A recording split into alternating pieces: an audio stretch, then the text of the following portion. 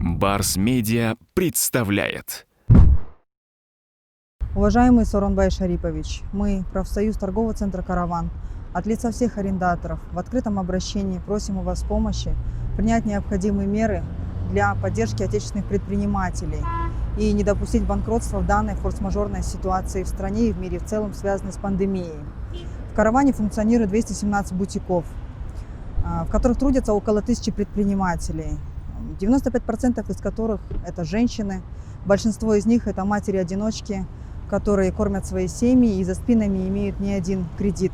Согласно документам, арендаторы «Каравана» оплачивают около 74 миллионов сомов аренды и около 7 миллионов 200 тысяч налоговых отчислений в год. Также необходимо отметить, что арендная плата в «Караване» на сегодняшний день является коммерческой на уровне с другими торговыми центрами в столице.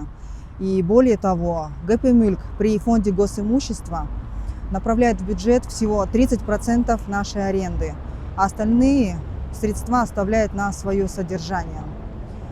Также хочется отметить, что ранее торговый центр «Караван» принадлежал ОСО «Ташболот Холдинг», но в мае 2017 года он был конфискован и передан государству и принял статус госимущества. Согласно постановлению правительства Кыргызской Республики об утверждении положений, регламентирующих порядок приватизации аренды госимущества на пилотных аукционах в электронном формате от 18 августа 2017 года за номером 507 торговый центр «Караван» был автоматически и ошибочно включен в этот аукцион.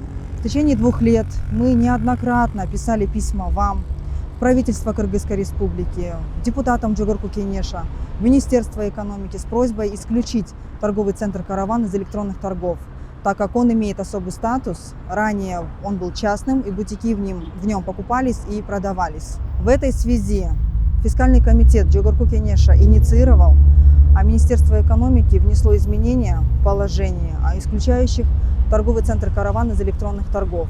На сегодняшний день это изменение в положении находится в правительстве Кыргызской Республики на согласовании, но, к сожалению, решение пока никакого не принято. Также хочется отметить, что с мая 2019 года арендаторы «Каравана» работают без договоров аренды, но при этом мы исправно платим и аренду, и налоги. На фоне происходящих событий, когда предприниматели особо нуждаются в поддержке государства, ГП-дирекция по управлению объектами при фонде госимущества, несмотря на выступление премьер-министра Кыргызской Республики Боронова, где он призывает всех владельцев торговых центров сделать послабление, то есть отменить аренду, то есть исключить эту аренду для арендаторов на время чрезвычайной ситуации в стране, фонд госимущества, наоборот, пытается разрушить нашу работу, что подтверждается уведомлениями, которые нам были отправлены ГП-дирекцией по управлению объектами с указанием, соответственно, фонда госимущества. В них говорится о том, чтобы мы заплатили июль месяц аренду без никаких скидок и освободили свои бутики 15 августа для аукциона. На фоне происходящих событий, когда страна переживает тяжелые дни, увеличивается количество зараженных, растет количество смертей, все работают на удаленке. В стране по сей день действует режим чрезвычайной ситуации. В это время должностные лица занимаются самоуправством. И просто-напросто они устраивают геноцид арендаторам торгового центра «Караван», когда наоборот в этот момент эти послабления должны касаться именно государственных предприятий.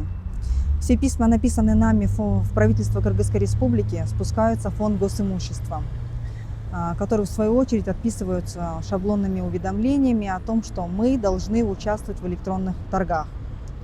По этому вопросу мы обратились в Институт бизнес-омбудсмена, которые ознакомились и, изучив всю документацию, все нормативно-правовые акты, вынесли свое заключение о том, что в настоящее время происходит нарушение Гражданского кодекса и прав предпринимателей, и происходят незаконные действия со стороны фонда госимущества. Значит, в свою очередь бизнес-омбудсменом был отправлен акт реагирования со всеми рекомендациями, на что фонд госимущества игнорирует этот момент.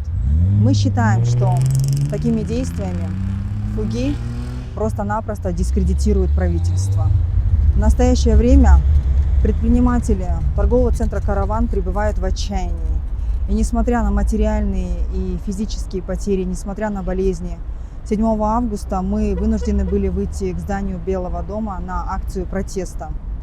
Мы так устали стучаться в закрытые двери и хотим, чтобы сегодня вы нас услышали. Уважаемый Сооронбай Шарипович, мы граждане Кыргызстана, отечественные предприниматели, которые пережили 2 мародерства. Сегодня мы смогли создать вновь сотни рабочих мест и вносим немалый вклад в пополнение бюджета страны. И в открытом обращении сегодня мы у вас просим, как у главы государства, помощи принять решительные меры и защитить наши нарушенные гражданские права. И оказать поддержку в решении следующих вопросов. Это исключить торговый центр «Караван» из электронных торгов, обязать фонд госимущества заключить с нами договора аренды сроком до 10 лет с установлением рыночной стоимости аренды со стороны антимонопольного органа. Также сделать скидку арендаторам на время режима чрезвычайной ситуации в стране. Барс Медиа представляет.